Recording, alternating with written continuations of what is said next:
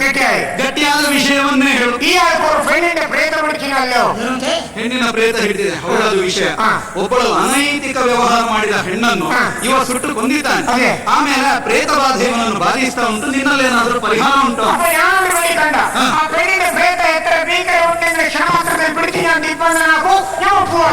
ಹಾಗಿದ್ರೆ ಗಂಧರ್ವಗಿರಿಯಲ್ಲಿ ಸುಟ್ಟದ್ದು. ಅದಕ್ಕೇನಾಗಬೇಕು? 75 ಬಾಂಕ್ರ ಕಪ್ಪೆ, 25 ಮರಿ ಕಪ್ಪೆ, 700 ಐಸ್ ರಾವು, ಆಮೇಲೆ 4 ಗರ್ಭಿಣಿ ಬೋಗಿ ನಾಯಿ, 150 ನೀರೊಳ್ಳೆ, 75 ಪಲ್ಲಿ, 40 ಜಿರಳೆ, ಆಮೇಲೆ 1 ಗೋಣಿ ತುಂಬ ನೊಣ, ಆಮೇಲೆ 2 ಕೂರ್ಮ ಇರುವ ಸಾರಿ, 2 ಕೂರ್ಮ ಇರುವ ಸಾರಿ ಅಂದ್ರೆ 2 ಆಮೆ 2 ಮೊಸಳೆ ಅಂತ. ಒಟ್ಟಿಗೆ 2 ಕೂರ್ಮ ಇರುವ ಸಾಲೆ, ಆಮೇಲೆ 7998 ದೊಡ್ಡ ಜಾತಿಯ ಸೊಳ್ಳೆ. ನೀವು ಸೊಳ್ಳೆ ಇಡುವಾಗ ಒಂದೇ ಒಂದು ಸೊಳ್ಳೆಯ ಕಾಲು ಮುರಿಬಾರ್ದು. ಪುಣ್ಯಾತ್ಮ, ನಿನಗೆ ಸಂಬಳ ಒಂದು ಎಷ್ಟು ಬೇಕಿದ್ರು ಕೊಡ್ತೇವೆ. ನೀನು ನೊಣ ಹಿಡಿಯುವ ಕೆಲಸ ಅಲ್ಲ, ನಮ್ಮಿಂದ ಆಗ್ಲಿಕ್ಕೆ.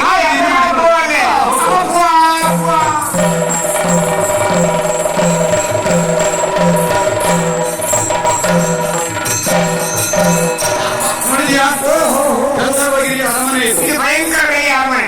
ಬೆಳ್ಳಿಗೆ ಸುಟ್ಟ ಸ್ಥಳ ಎಂಬುದನ್ನು ನಾವು ಹೇಳುವುದಲ್ಲ, ನೀನೇ ನಿನ್ನ ಕುಟ್ಟಿ ಚಾತನ ಸಹಾಯದಿಂದ ಹೇಳಬೇಕು. ಕುಟ್ಟಿ ಚಾತನ ನೀವು ಪ್ರದಕ್ಷಿಣೆ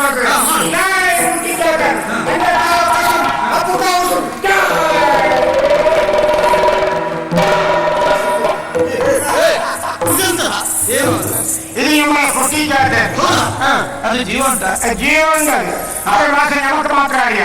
ನೋಡು, ಆ ಹೆಣ್ಣನ್ನು ಸುಟ್ಟದ್ದೆಲ್ಲಿ ಅಂತ ಕೇಳು. ಕುಟ್ಟಿ ಚಾತನ್ ಆ ಪೆಣ್ಣಿಗೆ ಚುಟ್ಟ ಸ್ಥಳ ಎವಡೆ ಕಾಣಿಕರ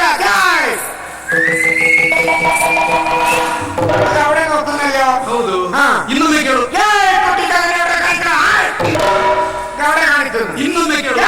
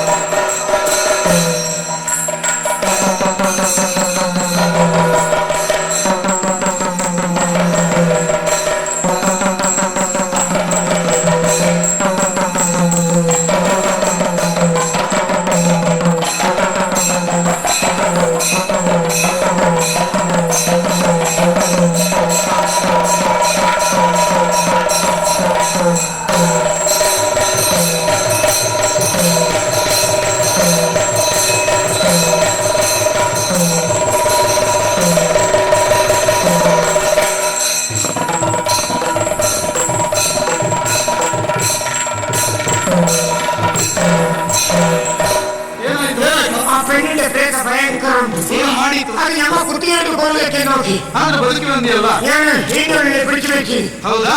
ನೋಡು, ಮಾತಾಡಿಸು. ನೀನು ಯಾರು ಕೊಡಲಿಲ್ಲ ಬಿಡುವುದಿಲ್ಲ ಅಂತ ಹೇಳಿದ್ರೆ ಸಾಲದು. ಏನ್ ಮಾಡ್ತಿ ಅಂತ ಬೇಕೋಬೇಡ. ಅದು ಉತ್ತರ ಕೊಟ್ಟರೆ ಸಾಲದು. ಏನ್ ಮಾಡ್ತಿ? ದಿಗ್ಬಂಧನ ಕಾರಣ ಹೇಗೆ? ಮಂತ್ರ ನೋಡು, ಮಂತ್ರ ಹೇಳು.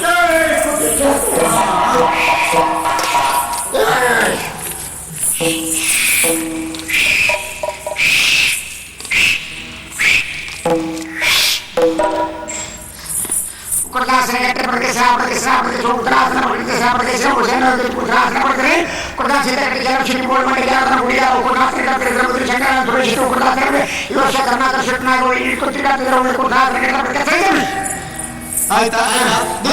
ಇನ್ನೇನ್ ಮಾಡ್ಬೇಕು? ಹೋಗಿದಿರ್ಬೇಕು. ಅದಕ್ಕೆ ನಾವು ಕೊಟ್ಟ ಸಾಧನ ಏನದು? ಈ ಬೆಳ್ಳಿ ಕಾಲಕ್ಕೆ ಭಯ ಹೆಜ್ಜೆ ಉಂಟ. ಅವಳನ್ನು ಸುಡುವಾಗ ಇದ್ದದ್ದು ಸುಟ್ಟು ಹೋಗಿದೆ. ಹಾಗೆ ಅಂತಂದ ರಾಜನರ್ತಕ್ಕೆ ಆದುದರಿಂದ ಬೇರೆ ಜೊತೆಗೆ ಒಳ್ಳೆಯ ತುಂಡಿ ಅಲ್ಲ ಉಂಟದು.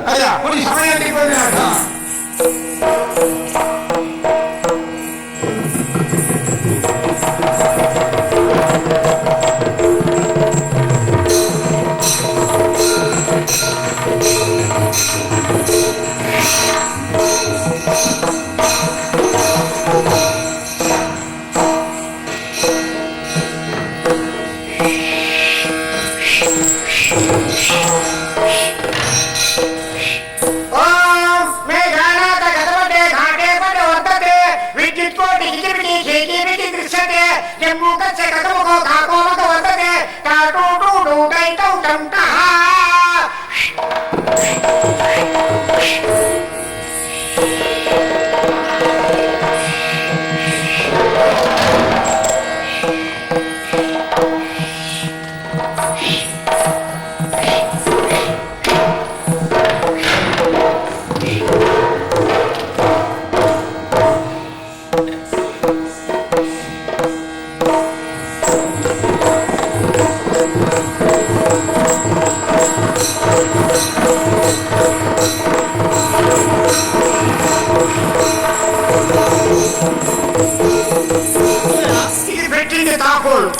ಬೀಗದ ಕೈ ಮಾಳಿಗೆ ಮೇಲೆ ಹೋಗಿ ಬೀಗ ತೆರೆಯಲಿ. ಮೇಲೆ ಯಾರು ಕೋವ ಮಾಡಲಿ ಪಟ್ಟಿನ ಬಾಗಿ ಯಾರು ತೊಡ್ಕೊಂಡ್ ಮಾಡಲಿ ತೆರೆದರೆ ಪೆಟ್ಟಿನ ಒಳ್ಳೆ ಪ್ರೇತಾತ್ಮ ಹೊರತುನೇರು ನಮ್ಮ ಕೃತಿ ಎಂದು ಹೋಲ್ತಾರೆ.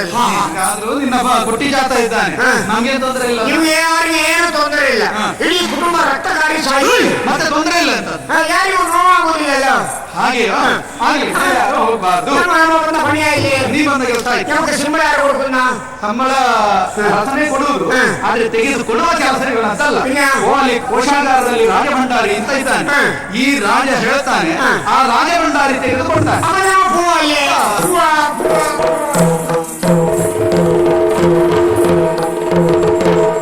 ಇಂದು ಪ್ರೌಢಿನ ಬರು ನಾರಿಯೋ ಗಣಗೈಸಿ ಭ್ರಾಂತರನ್ನರಿ ಮೆರೆದೆ ಏನುವೆ ಭಂಗತೆಯ ಲಾರಿ ಬರು ಒಂದೊಮ್ಮೆ ಬಂದು ಶರವನು ಲೀರೆಯಿದ್ದಿರುದಿರ ಏನು ಬೇ ಪರಿಯರು ಆ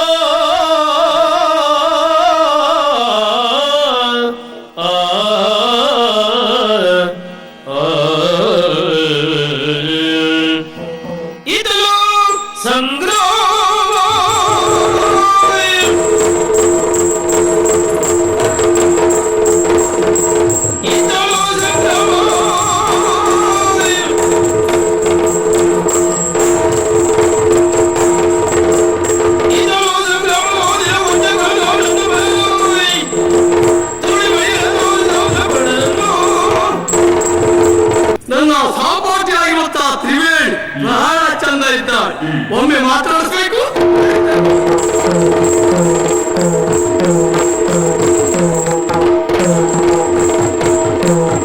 ಚಿಗರಿಗಂಗಳ ಬಾರಿಗೆ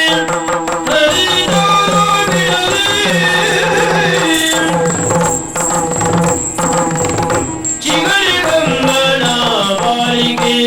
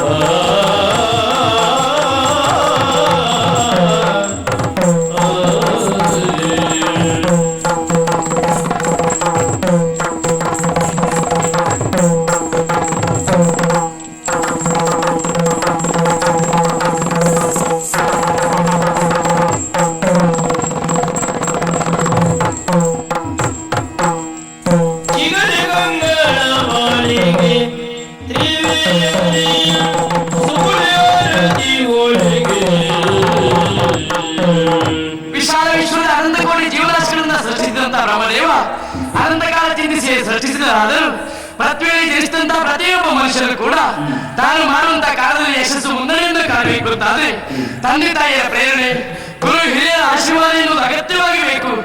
ಆ ನಿಟ್ಟಿನಲ್ಲಿ ಯೋಚಿಸುವುದಕ್ಕೆ ಹೋದ್ರೆ ಈ ತ್ರಿವೇಣಿಯ ಬದುಕಿನ ಬಂಗಾರವಾಗಿ ಶ್ರಮಿಸುತ್ತಾ ಇದೆ.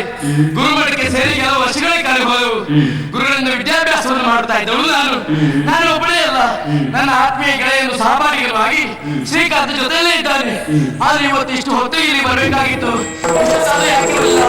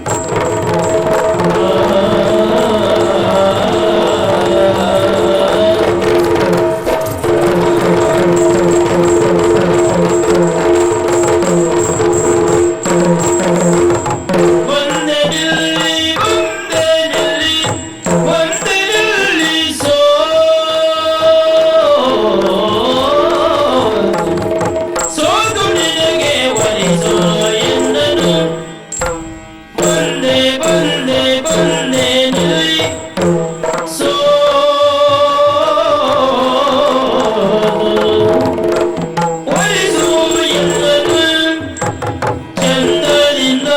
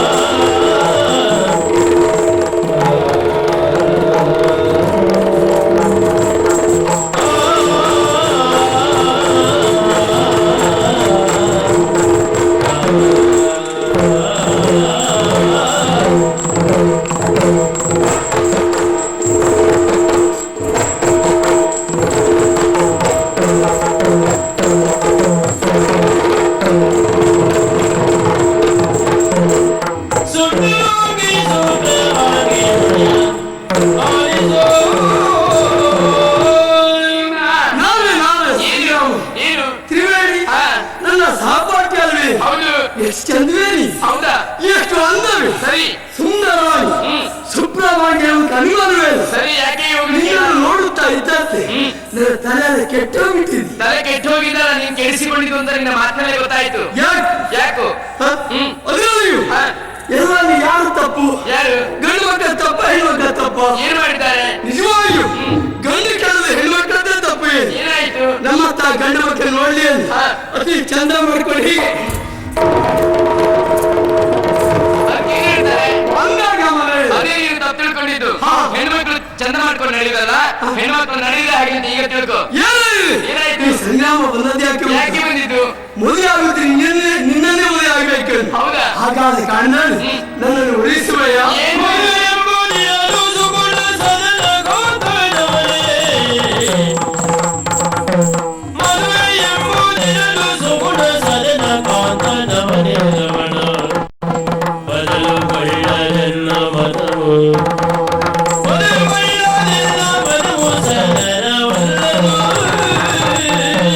ಸಂಗ್ರಾಮ, ಅಂದ್ರೆ ನೀನು ಇಲ್ಲಿ ಒಂದು ಕೇಳಿಕೊಳ್ಳುವುದೇನು?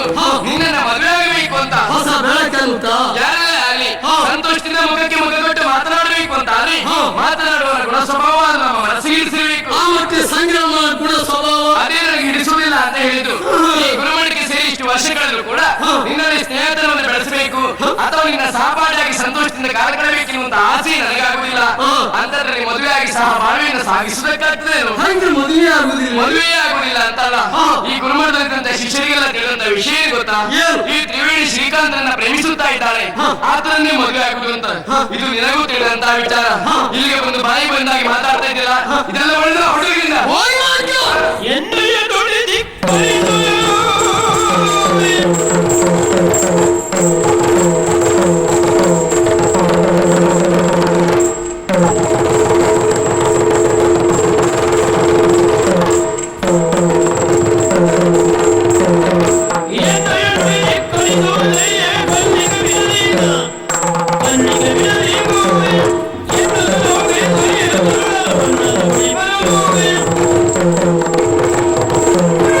ಏನು? ಎಂತ ಸಖ್ಯ ಶ್ರೀಕಾಂತಯ್ಯ ಸೇನಾಧಿಪತಿಯವಾಗಿ ಸರಿ. ನಾನು ರಾಜಕುಮಾರ್. ನಮ್ಮಿಬ್ಬರದು ಹೊಂದಾಣಿಕೆ ಆಗ್ತದೆ. ನಿನ್ನೆ ಮದುವೆ ಆಗುತ್ತೆ ಅನಿಸಿರಲ್ಲ, ಬಿಡಬೇಕಲ್ಲ ನಾನು? ನೀನು ಬಿಡುವುದಿಲ್ವಾ?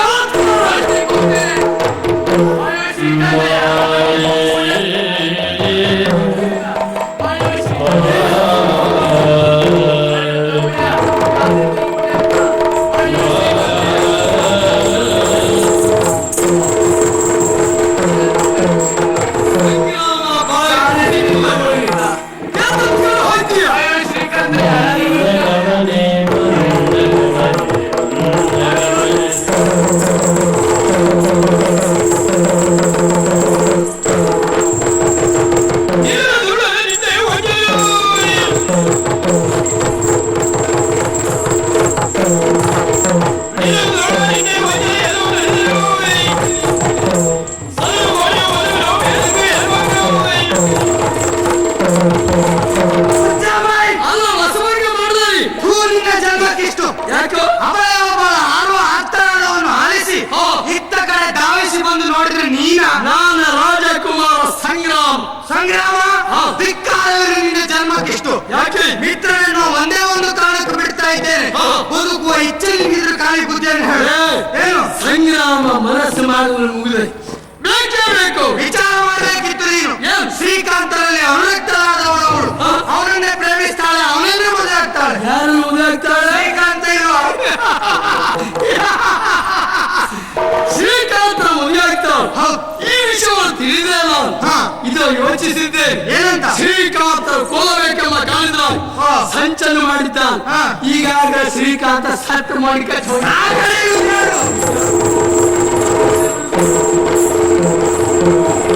ಶ್ರೀಕಾಂತ ನಾನೇ ಹೊತ್ತವರು ಭೂಕಿ ಬರುತ್ತಾರೆ. ಬದುಕುವುದು ಈ ನನ್ನ ಪಾಲೆ ಕೂಲಿಯಾದರೆ ಯಾವತ್ತಾಗಿದ್ದಾನೆ ಸಂಗ್ರಾಮ ಸಂಚು. ನೀನಿಷ್ಟೇ ಅಂತ ನನಗೆ ಗೊತ್ತಿರಲಿಲ್ಲ. ಏನು? ನೀನೇ ಆಲೋಚನೆ ಮಾಡಿ ನೋಡು. ಇಂದು ಮುಂಜಾನೆ ನಾವು ಮೂವರು ಮಾತಾಡಿಕೊಂಡಿದ್ದೇನು, ಪ್ರಕೃತಿ ಸೌಂದರ್ಯ ವೀಕ್ಷಣೆ ಮಾಡಬೇಕು, ನಿಜ. ಮೂವರು ಒಟ್ಟಾಗಿ ಹೋಗೋಣ ಅಂತ. ನೀನೇನ್ ಹೇಳಿದೆ? ನಾನು ಒಂದು ಗುರುಮಠದಲ್ಲಿ ಘನ ಕಾರ್ಯ ಉಂಟು. ವಸ್ತು ನೋಡಬೇಕು. ಹೌದಪ್ಪ, ನೀನು ರಸ್ತೆಯನ್ನು ಘನ ಕಾರ್ಯ ಏನಂತ ನನ್ನ ಮಿತ್ರ ವಿಜಯನಿಗೆ ಗೊತ್ತಾಯ್ತು. ಯಾಕೆ? ಮನಶಾಸ್ತ್ರವನ್ನು ತಿಳಿದವನು ಅವನು. ನಿನ್ನ ಮನಸ್ಸಿನಲ್ಲಿ ಏನು ಕಪಟ ಬುದ್ಧಿ ಉಂಟು ಅಂತ ಅವನೇ ಗೊತ್ತಾಯ್ತು. ಅವನು ನನಗೆ ತಿಳಿಸಿದ್ದಾನೆ. ಮತ್ತೆ ನನ್ನನ್ನು ಕೊಡ್ಲಿಕ್ಕೆ ಜನ ಕಳಿಸಿದ್ದೆಲ್ಲ ಅವ್ರು ಹೆಣ ಆ ಕಡೆ ಉಂಟು. ನೀನು ಅವರಿಂದ ನೀನು ಬದುಕಿದೆ, ನನ್ನಿಂದ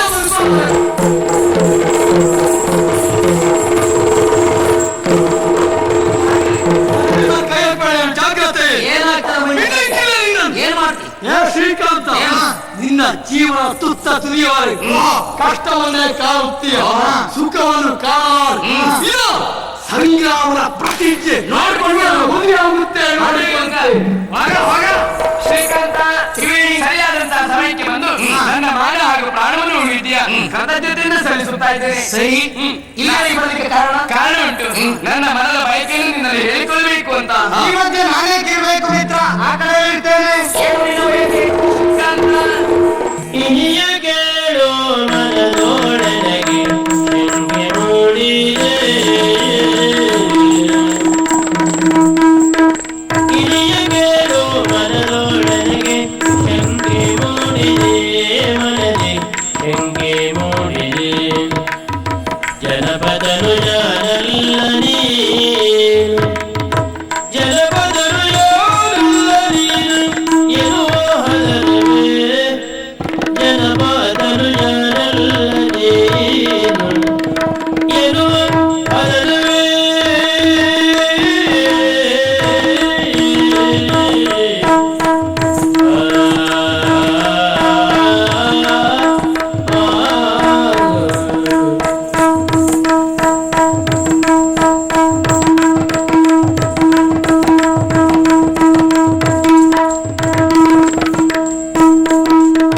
ಜನಗಣನೆಗೆ ಅನ್ಯವರ ಲಗ್ನವೇ ಸಗಲು, ಜನಗಣನೆಗೆ ಅನ್ಯವರ ಲಗ್ನವೇ ಸಗಲು. ಜನುಮವೆಲ್ಲ ವ್ಯರ್ಥವೆಂಬೆ, ಜನುಮವೆಲ್ಲ ವ್ಯರ್ಥವೆಂಬೆ. ಅರಿತುಕೊಂಬುದು ನೀ ಅರಿತುಕೊಂಬುದು.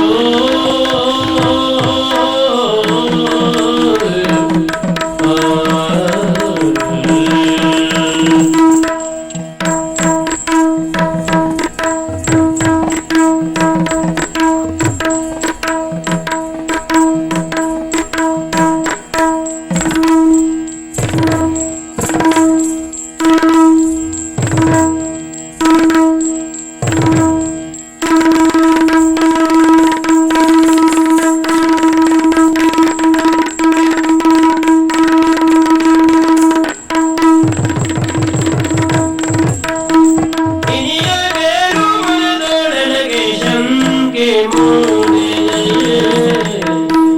ಶ್ರೀಕಾಂತ, ನಿನ್ನ ಮುಖವನ್ನ ಕಂಡಾಗ ಎಲ್ಲರಷ್ಟು ಆನಂದ ಆಗ್ತಾ ಇದೆ. ಈಗ ಯಾಕೆ ಬಲಿಯ ಗುರುಮಠಕ್ಕೆ ಸೇರಿದ ಅಂದಿನ ಇಂದಿನವರೆಗೂ ಜೊತೆಯಾಗಿ ಕಾಲವನ್ನು ಕಳೀತಾ ಇದ್ದವರು, ಜೊತೆಯಾಗಿ ವಿದ್ಯಾಭ್ಯಾಸವನ್ನು ಮಾಡಿದವರು. ಇಂದಿಗೆ ನಮ್ಮ ವಿದ್ಯಾಭ್ಯಾಸದ ಕೊನೆಯ ಹಂತ. ನಾಳೆ ಅಂತ ಹೇಳಿದ್ರೆ ಎಲ್ಲವರ ಅರಮನೆಯನ್ನು ಸೇರಿಕೊಳ್ಳಿರುವುದು ನಾವು ಹೋಗ್ಲೇಬೇಕು. ಅರಮನೆಗೆ ಹೋದಾಗ ನನ್ನ ತಂದೆ ಯೋಗ್ಯವಾದಂತಹ ವರನಿಗೆ ಕೊಟ್ಟು ಮದುವೆ ಮಾಡಿಸಬಹುದು. ಕರ್ತವ್ಯ ತಾನೆ, ಮದುವೆ ಆಗಬೇಕು ಅಂತಾನೆ ನನಗೂ ಮನಸ್ಸಿರಬೇಕು ತಾನೆ. ಹಾಗಾದ್ರೆ ನೀನು ಯಾರನ್ನು ಮೆಚ್ಚಿಕೊಂಡಿದ್ದೆ ಅಂತ ಖಂಡಿತವಾಗಿ ಹೌದು. ಪುಣ್ಯಾತ್ಮ ಯಾರಿಗೂ ಈ ಗುರುಮಠದಲ್ಲಿ ಇಲ್ಲಿವರೆಗೆ ಸಹಪಾಠಿಯಾಗಿ ನನ್ನ ಜೊತೆಯಲ್ಲಿ ಓದಂತ ನಿನ್ನ ಕೈ ಹಿಡಿದು ನಿನ್ನ ಬಾಳನ್ನು ಬೆಳಬೇಕೆಂದು ಆಸೆ. ತ್ರಿವೇಣಿ ದೇವನಿರುವನು ನಮ್ಮ ಪರಿಮಳು.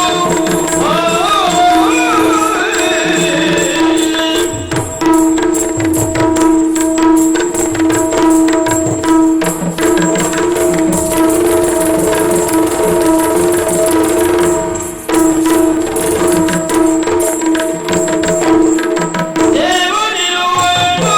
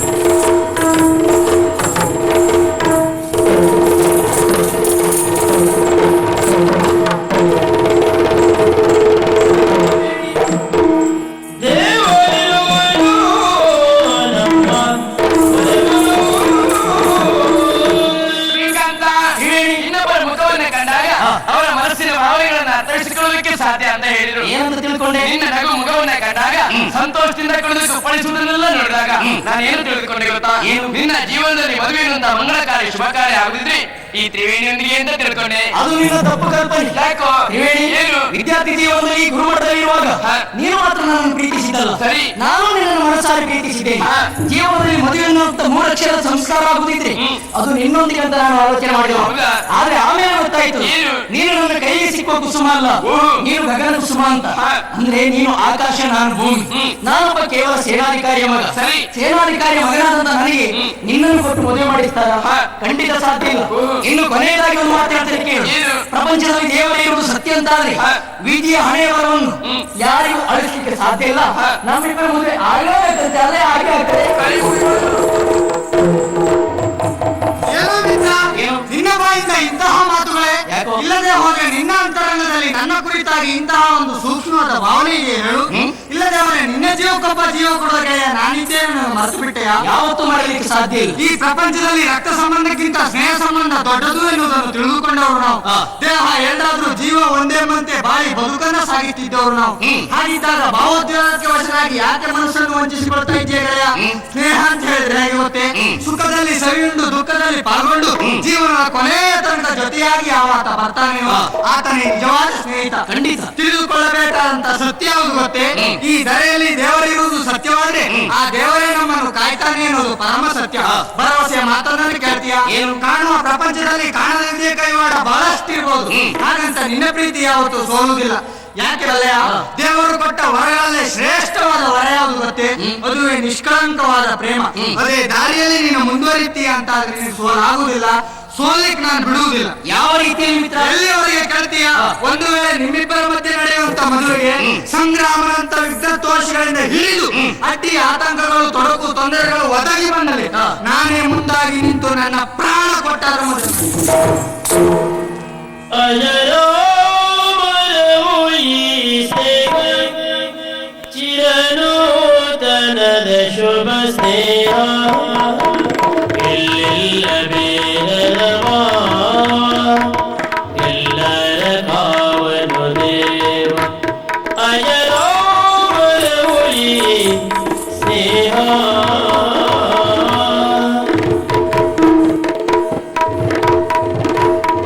ಮೊದಲು ಮಾರುತಿರಾಯ ಮೊದಲು ಮಾರುತಿರಾಯ ಮಾರುತಿರಾಯ ಎಲ್ಲರೇ ಸಾಲವಗೈವ ಸಾಲವಗೈವ. ಏನು ಹೇಳ್ತೀನಿ ಸಂತೋಷ ಪಟ್ಟದ್ದು? ಎಲ್ಲೆಡೆ ಸಾಲವ ಕೈಯುವ ಸಾಲ ಯಾರು ಮಾಡಲಿಲ್ಲ. ನನ್ನ ವಿಷಯದಂತೂ ಉಂಟು ಆ ವಿಷಯ. ಯಾಕೆ? ಈಗ ನಾನು ಬಂದಾಗ ಎಷ್ಟೋ ಜನರಿಗೆ ಸಂತೋಷ ಆಗ್ತದೆ. ಯಾಕೆ? ಅಲ್ಲಪ್ಪ, ಇವ ಒಂದು ಸಾಯಿಲ್ಲಲ್ಲ ಎಂಬಲ್ಲಿಗೆ ನಮ್ಮ ಸಾಲ ಕೊಟ್ಟದ ಹಿಂದಿರಿ ಬರ್ತದೆ ಅಂತ ಸಂತೋಷ. ನನಗೆ ಈಗಲೂ ಪಶ್ಚಾತ್ತಾಪ ಅವ್ರ ಬಗ್ಗೆ. ಜೀವಮಾನಕ್ಕೆ ಅವ್ರಿಗೆ ಸಿಗುದಿಲ್ಲ ಅಂತ ಗೊತ್ತು, ಯಾಕೆಂದ್ರೆ ನಾನು ಕೊಟ್ಟಲ್ವಾ.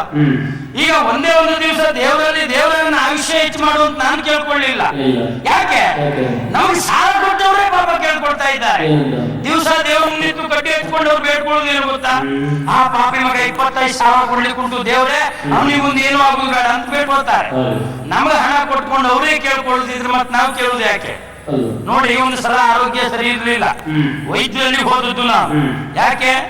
ಈ ಸಾಲ ಕೊಟ್ಟವರು ಉಪದ್ರ ಬೇಡ, ಕೆಲವು ದಿವಸ ಎಲ್ಲಾದ್ರೂ ನೆಮ್ಮದಿಯಿಂದಿರುವ ಅಂತ. ನಾವು ಹೋದಾಗ ಒಂದು ಹಾಸಿಗೆ ಹಿಡಿದು ಸುದ್ದಿ ಕೇಳಿದ್ದು. ನಮ್ಮ ನೋಡ್ಲಿಕ್ಕೆ ಬಂದ ಜನ ಎಷ್ಟು ನುಗ್ಗು ವೈದ್ಯರು ಕಂಗಾಲಾಗಿ ಬಿಟ್ರು.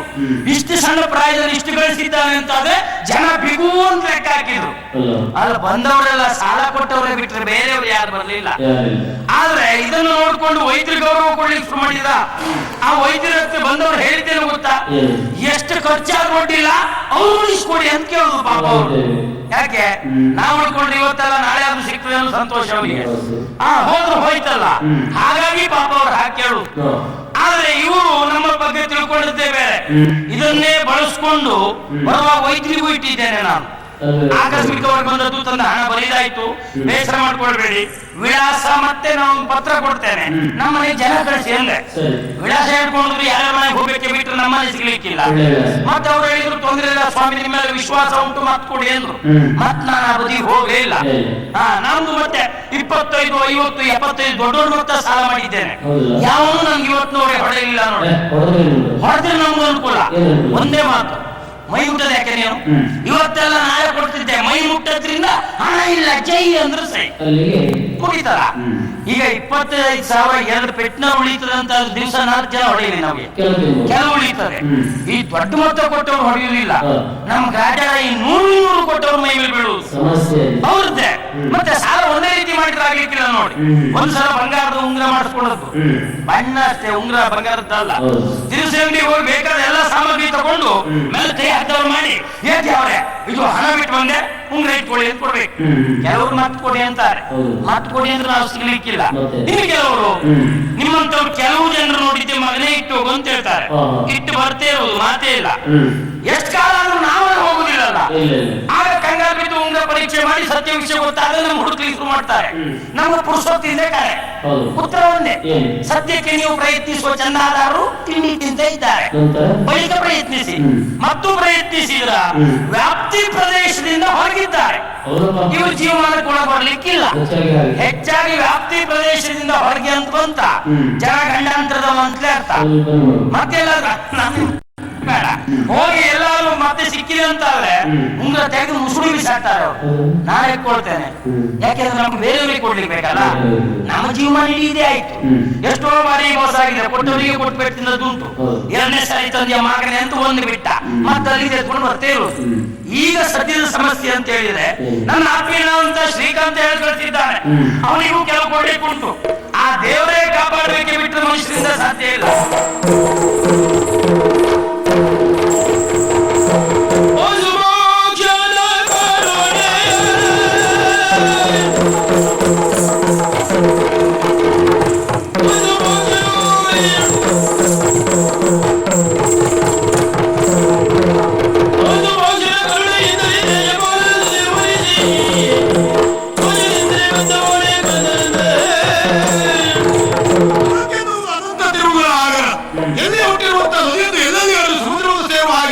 ಈ ಪ್ರಪಂಚದಲ್ಲಿ ವ್ಯಕ್ತಿಗಳನ್ನು ಬದುಕು ಅನೇಕ ತಿರುವುಗಳಿಂದ ಕೂಡಿದ್ದು. ಅದಕ್ಕೆ ಸಾಕ್ಷಿ ಶ್ರೀಕಾಂತ. ಒಬ್ಬ ಸಾಮಾನ್ಯ ಸೇನಾಪತಿಗಳಾಗಿರುವಂತಹ ನನ್ನ ಪಾಲಿಗೆ ನಾಡಿನ ದೊರಕುಮಾರಿಯ ಮಗಳಾದಂತಹ ತ್ರಿವೇಣಿಯನ್ನು ಮದುವೆಯಾಗುವುದರ ಜೊತೆಯಲ್ಲಿ ಇಲ್ಲಿಯ ಸೈನ್ಯಾಧಿಕಾರಿಯ ಪಟ್ಟ ಸಿಕ್ಕಿದ್ದು ಯೋಗ. ಆದ್ರೆ ಇಂದು ಬಂದಿರುವಂತಹ ಮಹಾರಾಜರ ಆಜ್ಞೆಯ ಕುರಿತಾಗಿ ಯೋಚಿಸಿ ಮಾರುತಿ ಹೇಳಿ ಕಳುಹಿಸಿದ್ದೇನೆ.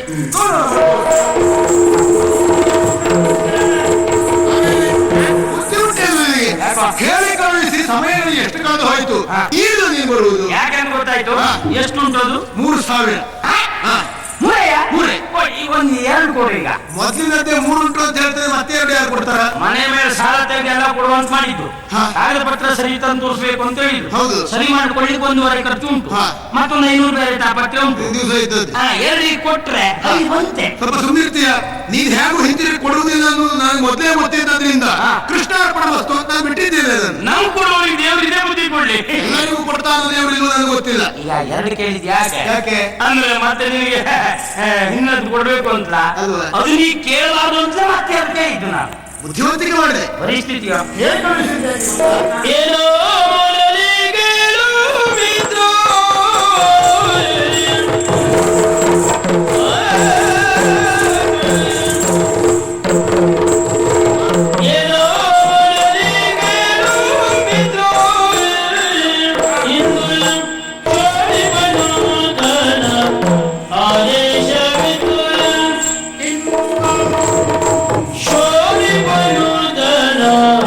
ಆದೇಶವಿದ್ದ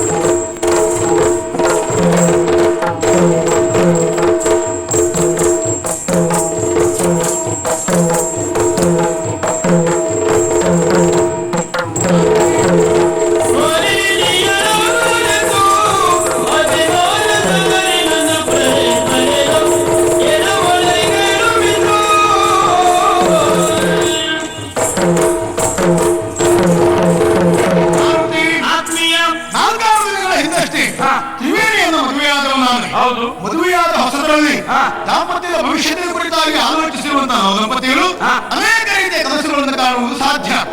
ಅದರಲ್ಲಿ ನಾನು ಹೊರಟದವಲ್ಲ, ಆದ್ರೆ ಆಸೆ ಇದ್ರೂ ಅವಕಾಶ ಇಲ್ಲ ಅಂತ ಆಗಿದೆ. ಯಾಕೆ? ಗಡಿ ಪ್ರದೇಶದಲ್ಲಿರುವಂತಹ ಪ್ರಾಚೀನ ಭವನವನ್ನು ರಕ್ಷಣೆ ಮಾಡುವುದಕ್ಕೆ ನಾನೇ ಮುಂದಾಗಬೇಕು ಎನ್ನುವುದು ಮಹಾರಾಜರ ಆಜ್ಞೆ. ಹೋಗಬೇಕಾದದ್ದು ಕರ್ತವ್ಯ ಹೌದು, ಆದ್ರೆ ಹೆಂಡತಿಯನ್ನು ಬಿಟ್ಟು ಹೋಗುವುದು ಹೇಗೆ? ನನ್ನ ಅಗಲಿಕೆಯಿಂದ ಅವಳು ಎಷ್ಟು ನೊಂದುಕೊಂಡಾಳು. ಹಾಗಾಗಿ ನಿನ್ನ ಕಳುಹಿಸಿ. ಸಮಸ್ಯೆಯೇ ಅಲ್ಲ, ಅವನನ್ನು ಕಾಪಾಡ್ಕೊಳ್ಳಿಕ್ಕೆ ಹೋಗ್ಬೇಕು ಅಂತ ಹೇಳಿದ್ದಾರೆ.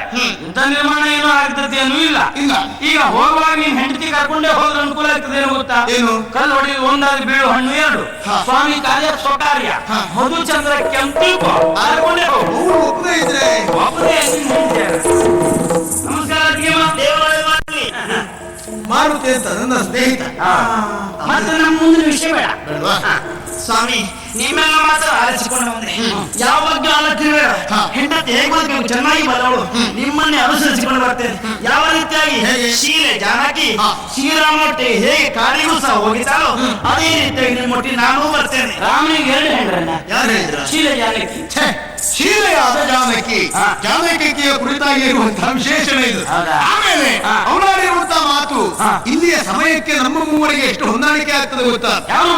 ಹಿಂದೆ ಶ್ರೀರಾಮಚಂದ್ರ ವನವಾಸಕ್ಕೆ ಹೊರಟು ನಿಂತಾಗ ಜಾನಕಿ ಬಂದ ಹಾಗೆ, ಅರ್ಥಾತ್ ಈ ಸಂದರ್ಭಕ್ಕೆ ನನ್ನಲ್ಲೇ ರಾಮನನ್ನು ಕಾಣ್ತಾ ಇದ್ದಾಳೆ. ರಾಮಾಯಣಕ್ಕೆ ಬೆಳೆ ಬಂತು. ಆಕೆ ಜಾನಕಿಯನ್ನು ಗುರುತಿಸಿಕೊಳ್ತಾ ಇದ್ದಾಳೆ ತನ್ನಲ್ಲಿ. ಈಗ ಮುಖ್ಯವಾಗಿ ರಾಮಾಯಣ ಆಯ್ತು. ಹಾಗೆ ನಮ್ಮಿಬ್ಬರನ್ನು ಅನುಸರಿಸಿ ಬರುತ್ತಿರುವಂತಹ ನೀನೇ ಹನುಮಂತರಾಯ.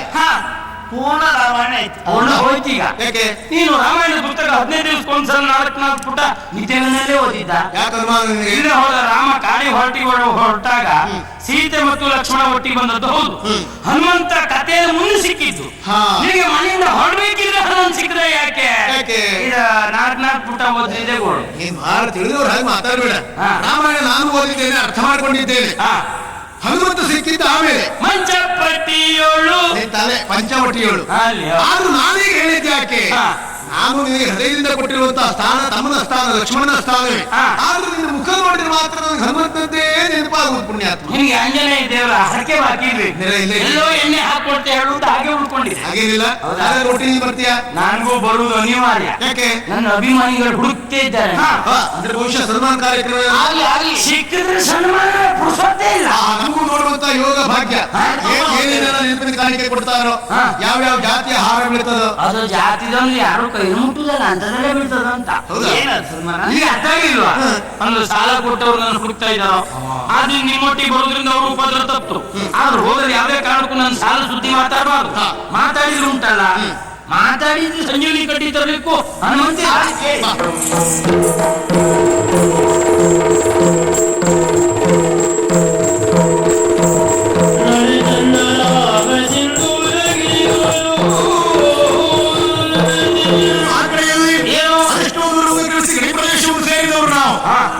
ಪ್ರಾಚೀನ ಭವನ ಉಂಟು ಅಂತ ನೋಡಿದ್ರೆ ಎತ್ತರದಲ್ಲಿ ಕಾಣಿಸ್ತಾ ಇದೆ.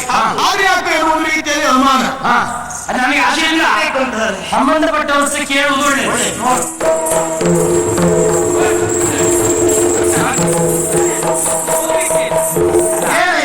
ನೀವು ಸ್ವಲ್ಪ ನೀಡಿ ನಮ್ಮೊಂದು ಉಪಕಾರ ಮಾಡ್ರಿ. ಏನು ಉಪಕಾರ? ಅಂದು ನೋಡಿ ಕಾಣ್ತಾ ಇಲ್ಲ ನಿಮ್ಗೆ? ಅಲ್ಲ, ಅಂದ್ರೆ ಅಲ್ಲಿ ಕಾಣಿಸುತ್ತಿರುವ ಪ್ರಾಚೀನ ಭವನ ನಾವು ಅದರ ರಕ್ಷಣೆಗಾಗಿ ಬಂದವರು.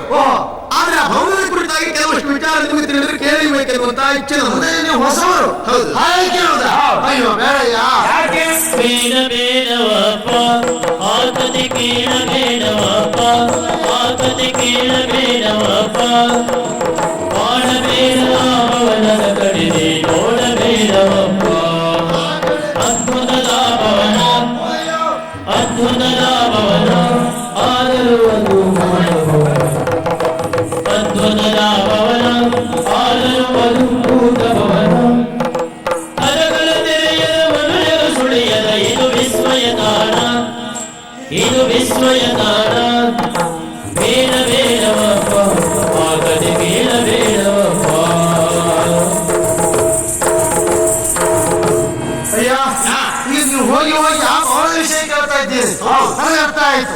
ಈ ಊರಿನವರು ನೀವಲ್ಲ ಎಂಬುದಾಗಿ. ಈ ಊರಲ್ಲಿದ್ದವರು ಆ ಭವನ ವಿಷಯ ಯಾರು ಕೇಳುವುದಿಲ್ಲ. ಯಾಕಂತ ಹೇಳಿದ್ರೆ ಆ ಭವನ ನೋಡಿ ಅದ್ಭುತವಾಗಿ ಉಂಟು. ಅದು ಅದ್ಭುತ ಭವನ ಅಲ್ಲ, ಅದು ಭೂತ ಭವನ. ಭೂತ ಭವನ ಹೌದು. ಆ ಭವನದಲ್ಲಿ ಭೂತ ಸಂಚಾರ ಉಂಟು ಎಂಬುದಾಗಿ ಎಲ್ಲರೂ ಆಡಿಕೊಳ್ತಾ ಇದ್ದಾರೆ. ಸ್ವಲ್ಪ ಸುಮ್ಮನಿರ್ತೀರಾ? ಭೂತ ಪ್ರೇತ ಎನ್ನುವುದೇ ತಪ್ಪು ಕಲ್ಪನೆ. ಯಾಕೆಂದ್ರೆ ಪ್ರಪಂಚದಲ್ಲಿ ಎಲ್ಲಿಯೂ ಭೂತವನ್ನು ಪ್ರೇತವನ್ನು ಕಂಡವರಿಲ್ಲ. ಆದ್ರೂ ಹೀಗೊಂದು ನಂಬಿಕೆ ಉಂಟಾದದ್ದು ಹೇಗೆ? ಮನುಷ್ಯ ಕಲ್ಪಿಸಿಕೊಂಡದ್ದು ಕಲ್ಪನೆಗಳು, ಭ್ರಮೆಗಳು ಈ ರೀತಿ ಭೂತವಾಗಿ ಕಾಡಿದ್ದು. ನಿಮ್ಗೆ ಭರವಸೆ ಆಗ್ಬೇಕು, ನನ್ನ ಜೊತೆಯಲ್ಲಿ ಬನ್ನಿ, ಅಲ್ಲಿ ಹೋಗೋಣ.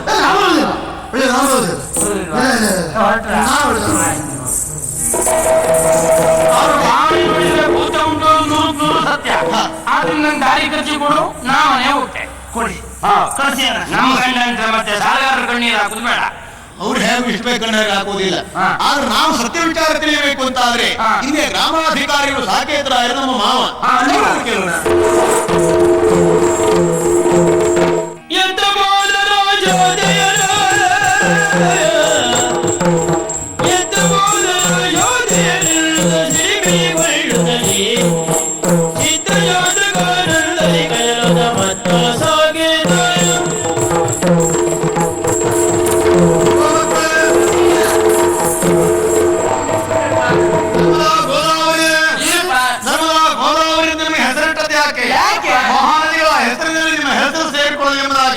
ಗಂಗಾ, ಯಮುನಾ, ಸಿಂಧು, ಕಾವೇರಿ, ಕೃಷ್ಣ, ನರ್ಮದಾ, ಗೋದಾವರಿ ಎಲ್ಲ ಮಹಾನದಿಗಳ ಹೆಸರಲ್ಲವೇ ಮಕ್ಕಳೇ? ಸಂತೋಷ ಸಂಭ್ರಮದಲ್ಲಿದ್ದೇನೆ. ಯಾಕೆ? ನನ್ನಲ್ಲಿಯ ಶ್ರೀಕಾಂತ ಎಂದು ಸೇನಾಪತಿ ಹುದ್ದೆಯಲಂಕಾರ ಮಾಡಿ ನಮ್ಮ ಮನೆ ಬರ್ತಾ ಇದ್ದಾನಂತೆ. ಅದಕ್ಕಾಗಿ ಅವನಿಗೆ ಸ್ವಾಗತ ವ್ಯವಸ್ಥೆ ಆಗಬೇಕು. ಅದು ಸರಿ. ಸಾಕೇತರಾಯ ಸಂಸಾರ ಅಂತ ಹೇಳಿದ್ರೆ ಜೇನುಗೂಡಿನಂತ ಸಂಸಾರದ ಜನ ಹೇಳ್ಕೊಳ್ತಾರೆ.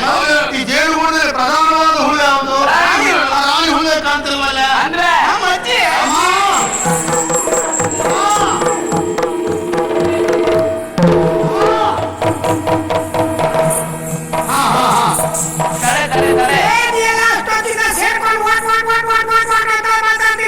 ನಿಮ್ಗೊಂದು ಹೊತ್ತು ಮಾಡಿ ಮೈಗೆ ಸಮಯ ಪ್ರಜ್ಞೆ ಯಾವುದಿಲ್ಲ. ಮಾತಾಡ್ಲಿಕ್ಕೆ ಶುರು ಮಾಡಿದ್ರೆ ಆಶೀರ್ವಾದ ಮಾಡಿ. ಏನ್ ಮಗ ದೇವ್ರು ಒಳ್ಳೇದು ಮಾಡಿ. ನನಗೊಂದು ಆಶೀರ್ವಾದ ಮಾಡಿ. ಅಲ್ಲೇ ಉಂಟಲ್ಲ ಇರ್ಲಿ. ಅದು ಕೊನೆಯ ಕಾಲಕ್ಕೆ ಸಾಯುವ ಕಾಲಕ್ಕೆ ಬಂದ ದುರ್ಬುದ್ಧಿ ಅದು. ಒಬ್ಬನು ಮುದ್ದಿನಿಂದ ಆಶೀರ್ವಾದ ಮಾಡ್ತೀಯ, ಇನ್ನೊಂದಲ್ಲೇ ಉಂಟಲ್ಲ ಎಂತ ಏನ ನಿಮ್ಮ ಊರಿ ಎದುರು ಮಾತಾಡ್ತೀರ?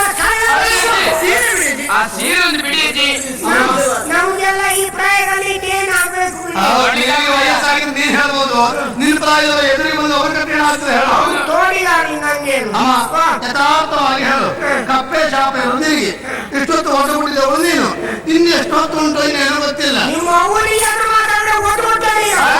ಹಾಗಲ್ಲಮ್ಮ, ನಮ್ಮ ಮನೆಯಲ್ಲಿ ಏನ್ ನಡೀತಾ ಇದೆ ನನಗೆ ಗೊತ್ತುಂಟಾ? ನನ್ನಯ್ಯ ಶ್ರೀಕಾಂತ ಎಂದು ಸೇನಾಪತಿಯಾಗಿ ನಮ್ಮ ಮನೆಗೆ ಬರ್ತಾ ಇದ್ದಾನೆ. ಸ್ವಾಗತ ವ್ಯವಸ್ಥೆ ಇದಲ್ಲ. ಅಯ್ಯ ರಾಮ ರಾಮ ಜೀವ ಹೇಳ್ತಿದ್ಯಾ? ನಿನಗೆ ಕೋಣ ಶಂಭು ಹೋರಿ ಬಬ್ಬರಿ ಅದಕ್ಕೆ ಯಾವುದು ಅರ್ಥ ಆಗುದಿಲ್ಲ. ನಿನ್ನೆ ಏನು ಹೊಸ ಬಿರುದನ್ನು ಸಂತೋಷವಾಗಿ ನಾನು ಸ್ವೀಕಾರ ಮಾಡ್ತೇನಮ್ಮ. ನನ್ನ ಅಮ್ಮ ನನ್ನ ಕೋಣ ಹೋರಿ ಅಂತ ಕರೆದ್ರೆ ಅಮ್ಮ ಏನಾಗ್ತಾರೆ ಹೇಳು? ನಿನ್ನ ಅಮ್ಮ ಹಳಿ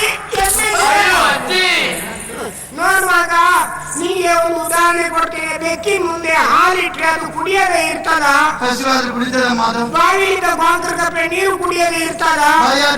ಬಾವಿಯಲ್ಲಿ ನೀರು ಇದ್ರೆ ಕುಡಿತದೆ. ಅದು ಬೆಣ್ಣೆ ಮುದ್ದೆಯನ್ನು ತಗೊಂಡೋಗಿ ಬೆಂಕಿ ಮುಂದೆ ಇಟ್ರೆ ಅದು ಕರಗದೇ ಇರ್ತದ? ತಣ್ಣು ಗುಡ್ಡದ್ದು ಯಾರು ಹೇಳಿದ? ಈಗ ಯಾಕೆ ಈ ಉದಾಹರಣೆ ಕೊಡ್ತೀನಿ ಅಂತ ಹೇಳಿದ್ರೆ, ನಿನಗೆ ಊರಪ್ಪನ ಎತ್ತು ಮಾರಪ್ಪನ ಗೋಳಿ ಊರು ಸುಟ್ಟರು ಹಣ್ಣು ಹೊರಗೆ ಗಾಡಿ ಬೇಕು. ಹಂಗಾಗಿ ಏಸಿ ಇಲ್ಲ, ನಾಲಿಗೆ ನಾಚಿಕೆ ಇಲ್ಲ ಅಂತೇಳಿ ನೋಡುವಾಗ ನಮ್ಮ ಮನೆ ಬರುವ ಯಾರು? ನನ್ನ ಶ್ರೀಕಾಂತ. ಇನ್ನ ಅಳಿಯಾದ್ರೂ ಪ್ರಾಯ ತುಂಬಿದ ಗಂಡು ಹುಡುಗ. ನಮ್ಮನೆ ಇಬ್ರು ಪ್ರಾಯಕ್ಕೆ ಬಂದ ಹೆಣ್ಮಕ್ಳಿದ್ದಾರೆ. ಅವರಿದ್ದಲ್ಲಿ ಆ ಹುಡುಗ ಬಂದು ಕೂತ್ರೆ ಏನಾಗ್ತದೆ ಎನ್ನುವುದಕ್ಕೆ ಬೇಕಾಗಿ ಈ ಉದಾಹರಣೆ ಕೊಟ್ಟೆ. ಕೋಣ ಶಂಭು ಹೋರಿ ಬಬ್ಬರಿ ನಿಮ್ಗೆ ಯಾವುದು ಗೊತ್ತಾಗುದಿಲ್ಲ. ನೀವು ಆದ ಮಾತಿನ ಅರ್ಥ ಏನಾಯ್ತು? ಈಗ ನಮ್ಮಿಬ್ಬರ ಬಗ್ಗೆ ಸಂಶಯ ಪಟ್ಟಾಗಲಿಲ್ಲ. ಸುಮ್ಮನೆ ನಿನ್ ಬಗ್ಗೆ ವಿಶ್ವಾಸ ನನಗುಂಟು ಮಗ. ಓ ಇವ್ರು ಒಳ್ಳೆ ಗಲ ಬೇಡ್ಕೊಂಡಾಗ ಬೇಡ್ಕೊಂಡಿದ್ದಾರೆ. ಗೊತ್ತಾಗುದಿಲ್ಲ ನಮ್ಮ ಅಪ್ಪ ಅಷ್ಟು ಮುದ್ದಿನಿಂದ ಸಾಕಿದ್ದಾರೆ ಅಂತ. ಎಷ್ಟೊತ್ತಿಗೆ ಬೇಲಿ ಹಾರುದು, ಯಾರ ಜೊತೆಲಿ ಓಡುವುದು ಕಲ್ಪಿಸಿ ಮತ್ತೆ ಮುಂದೆ ಹೇಳಬೇಡ. ನನ್ನ ಅಯ್ಯ ಬರ್ತಾ ಅಂದ್ರೆ ಒಬ್ಬನೇ ಬರ್ತಾ ಅಂತ ಹೇಳಿಲ್ಲ. ಮತ್ತೆ ನಾವು ದಂಪತಿ ಒಬ್ಬರು ಬರ್ತಾ ಇರ್ತಾರೆ ಮದುವೆ.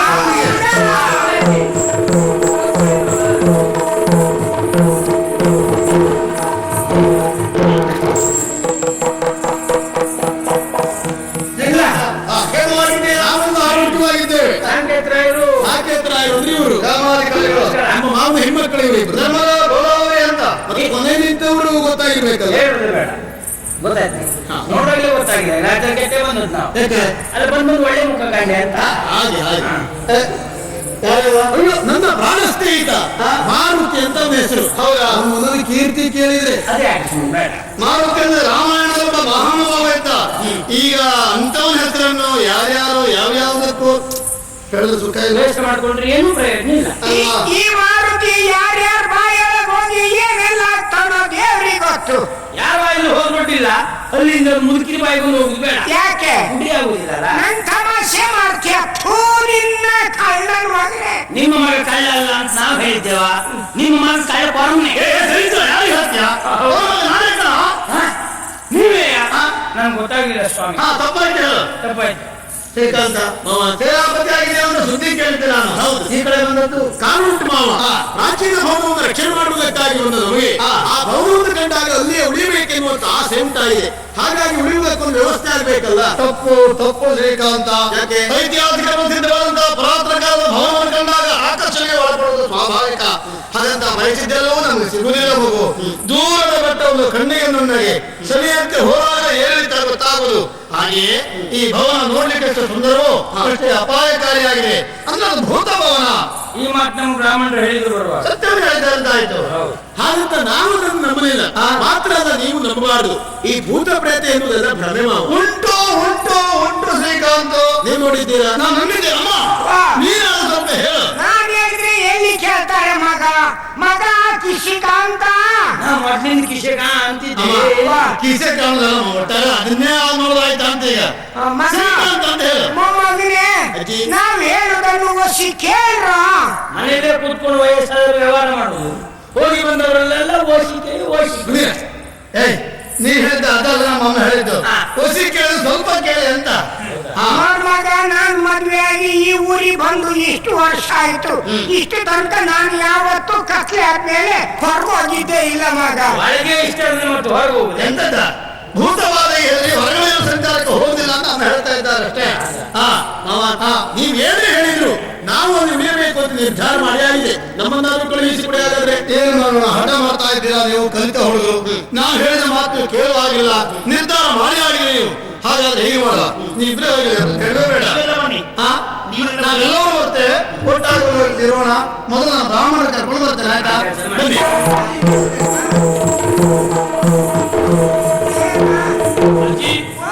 ನೀವು ನೋಡುವಾಗ ನಿಮ್ಗೆ ಯಜಮಾನ್ರ ನೆನಪಾಗ್ತದೆ ನನಗೆ. ಯಾಕೆ? ಅಲ್ಲ ಅಜ್ಜ, ಮತ್ತೆ ನಿಮ್ದು ಪ್ರಥಮ ಭೇಟಿ ಉಪ್ಪು ಅಂದ್ರಲ್ಲ, ಮದುವೆ ಮನೆಯಲ್ಲ. ಮಾಡುವಾಗ ನೆನಪು ಮಾಡ್ಕೊಂಡ್ರೆ ನನ್ಗೆ ಇವತ್ತಿಗೂ ಒಂದ್ ಮುಷ್ಟಿ ಅನ್ನ ಸೇರುದಿಲ್ಲಪ್ಪ. ಅಜ್ಜಿಗೆ ಕುಷ್ಠರೋಗ ಇತ್ತ? ಅಲ್ಲ, ಅಷ್ಟು ಅಸಹ್ಯವಾಗಿ ಇತ್ತು. ಸಣ್ಣ ಪ್ರಾಯದಲ್ಲೇ ನನ್ನನ್ನು ಬಿಟ್ಟೋದ್ರು ಮಗ. ಅವ್ರು ಸತ್ತೋದ್ಮೇಲೆ ಒಂದ್ ದಿವ್ಸ ನಾನು ಒಂದ್ ಮುಷ್ಟಿ ಅನ್ನ ಸರಿ ಊಟ ಮಾಡಿಲ್ಲ.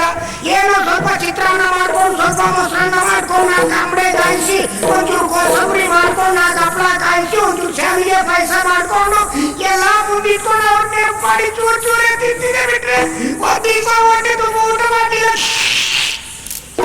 ಇವೇ ಇಲ್ಲಿ ಸತ್ತೋರ ಎಲ್ಲ ನಮ್ ತಮಾಷೆ ನೋಡೋರು ಇದ್ರು. ರಾಮ ಕೃಷ್ಣ ಕೃಷ್ಣ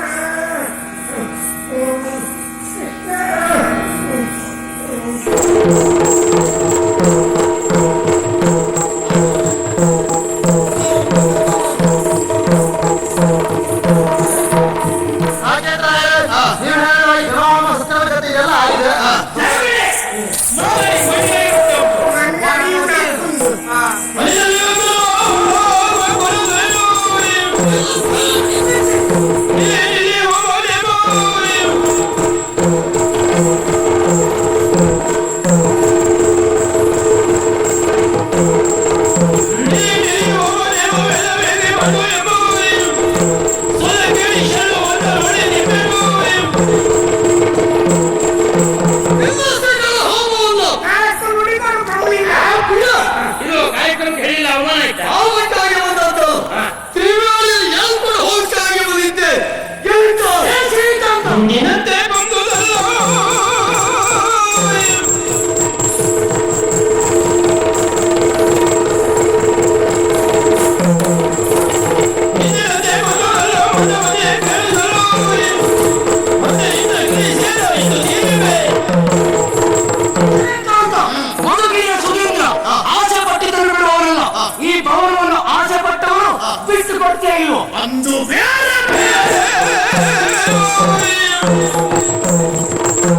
ಒಂದು ಬೇರೆ ಬೇರೆ ಬೆಟ್ಟು ತಿಂದು ಓಡಿಬೋದ ಹೇಳಿ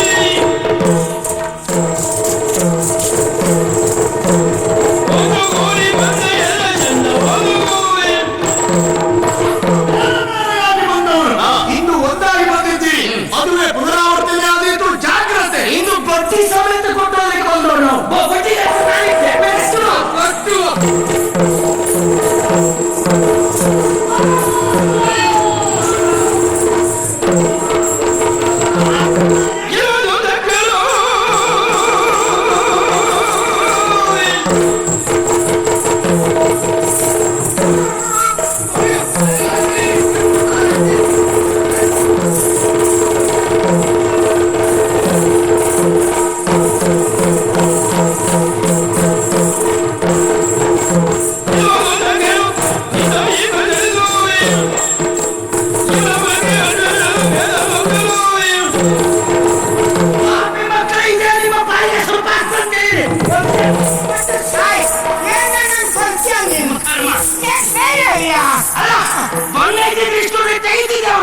ಮಗ ನೀನು ಇನ್ನು ಒಂದು ನೋಡಬೇಡ ಮಾರುಗೆ ಹೊಡಿ ಮಗ ಹೊಡಿ ಮಗ ಹೊಡಿ ಮಗ ಹೊಡಿ ಮಗ ಬಿಡಬೇಡ ಅವನ್ನ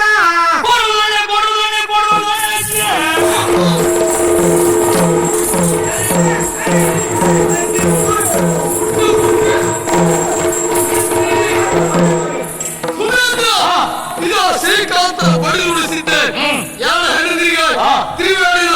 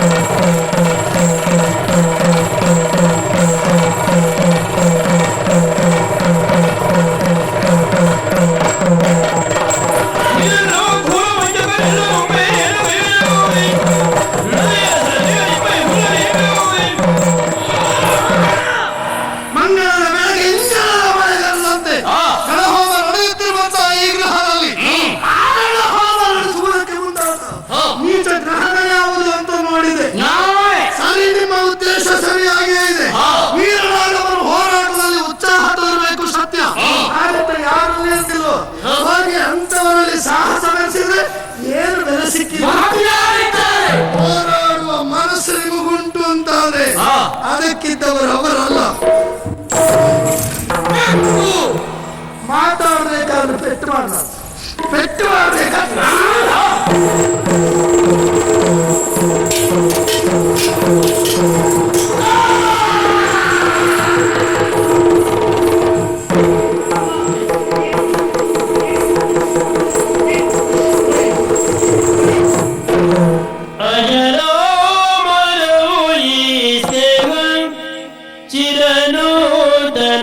ಶುಭ ಸ್ನೇಹ ಎಲ್ಲಿಲ್ಲ ಬೇಡಲ ಭಾವ ಎಲ್ಲರ